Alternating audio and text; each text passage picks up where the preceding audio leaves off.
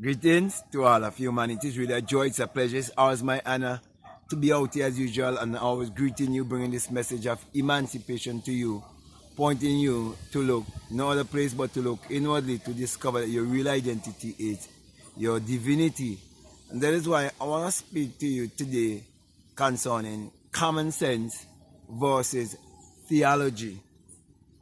And I would have done a little bit of theology when I went to Bible school at a very young age.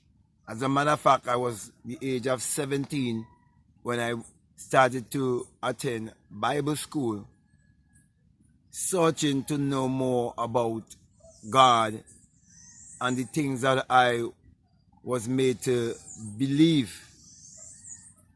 And so, while at Bible school, something really struck me when I was told that certain books from the Bible was removed and they were called the Apocrypha, and that these Bibles, they were uninspired, and that they determine what is inspired and what is not inspired based on the Holy Canon, because the Bible is measured by canonity, okay? And I asked myself, but I mean, if the Bible is supposed to be the Word of God, who could really correct it? You understand?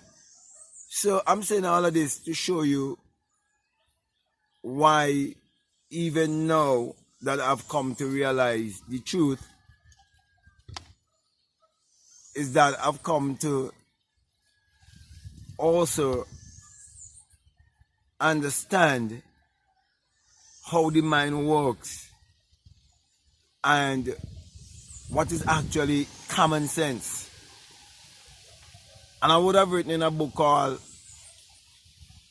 Meditate to Eradicate Poverty concerning common sense. That's a chapter there where I show you that common sense is actually your God sense. Now, let us look at common sense.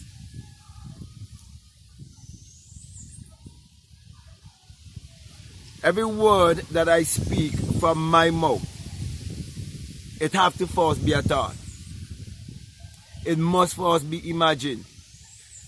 It must first be mental or psychological. That's basic common sense. Therefore, if you apply basic common sense, you would realize it doesn't matter what theologians would say to you about the Bible and the characters in the Bible and the God of the Bible. Your common sense, which is your true sense, your God sense, will show you that it all had to first be a thought. It had to first be imagined. It had to first be mental or psychological. So if you're gonna say that holy men wrote as they were inspired, you have to realize, even as I speak here, I am speaking as I have been inspired.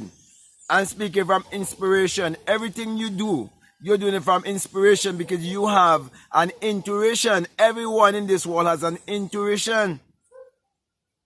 And your intuition is the inside teacher that is actually God in man. And that is why you have to understand the perception and the perceiver. You are the perceiver. Religion is just the perception. Religion came after. You didn't born in this world with a religious identity. You didn't born as a Muslim, you didn't born as a Christian, you didn't born as a Jehovah's Witness, you didn't born as none of these false identity that you're holding to. All of us here, when we born without guilt and shame. None of us born with guilt and shame. And so we have to realize that everything is mental. And when you understand that everything is mental, you would realize that it's actually your own thoughts.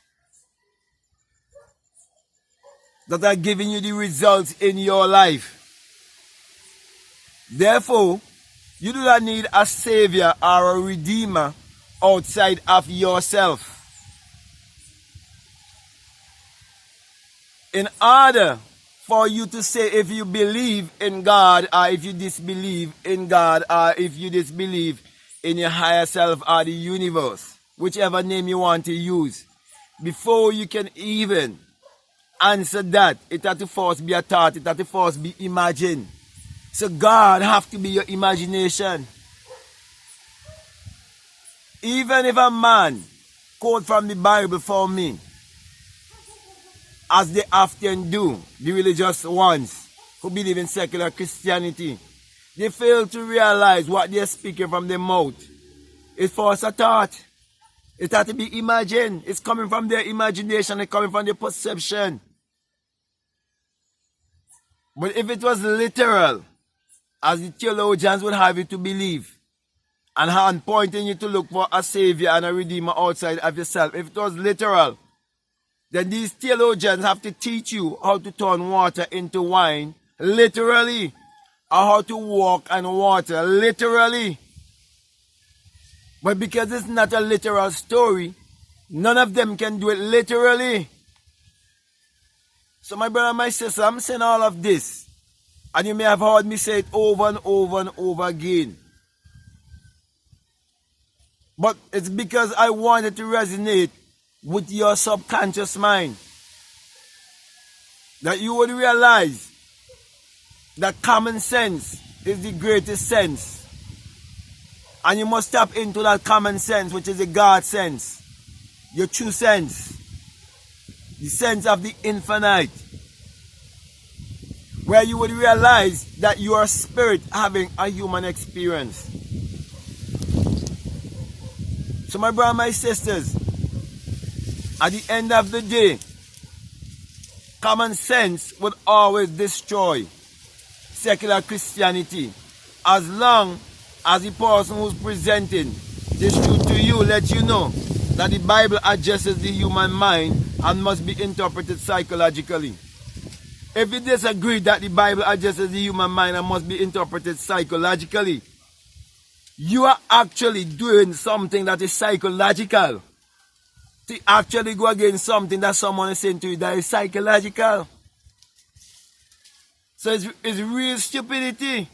So people who believe in secular Christianity and believe in a God outside of themselves, they really been kept in stupidity.